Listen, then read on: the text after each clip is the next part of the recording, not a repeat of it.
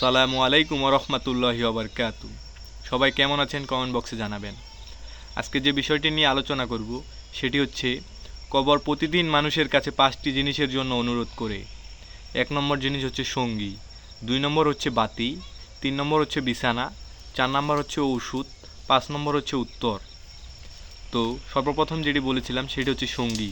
কবর প্রতিদিন আমাদের বলে, আমি একাকী ঘর, আমার কাছে সঙ্গী নিয়ে এসো। আর সঙ্গী হচ্ছে আল কোরআন। আমরা অবশ্যই বেশি বেশি কোরআন পাঠ করার চেষ্টা করব ইনশাআল্লাহ। 2 নম্বর যেটি সেটি হচ্ছে বাতি। কবর বলে, আমি অন্ধকার ঘর, আমার কাছে বাতি নিয়ে এসো। আর বাতি হচ্ছে নামাজ, বিশেষ করে তাহাজ্জুদের নামাজ। আমরা যারা নামাজ পড়ি না তারা অবশ্যই 5 ওয়াক্ত নামাজ জামাতের সহিত পড়ার চেষ্টা করব ইনশাআল্লাহ।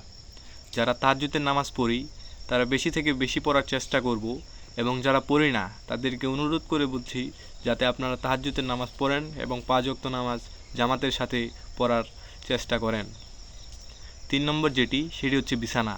কবর বলে, আমি মাটির ঘর, তাই আমার জন্য বিছানা নিয়ে এসো। আর বিছানা হচ্ছে নেক আমল। আমরা বেশি থেকে বেশি নেক আমল করার চেষ্টা করব ইনশাআল্লাহ। 4 নম্বর যেটি সেটি হচ্ছে ঔষধ। কবর বলে, আমি সাপ বিচ্ছুর ঘর, তাই আমার জন্য ঔষধ নিয়ে এসো। ঔষধ হচ্ছে দান ও সাদকা।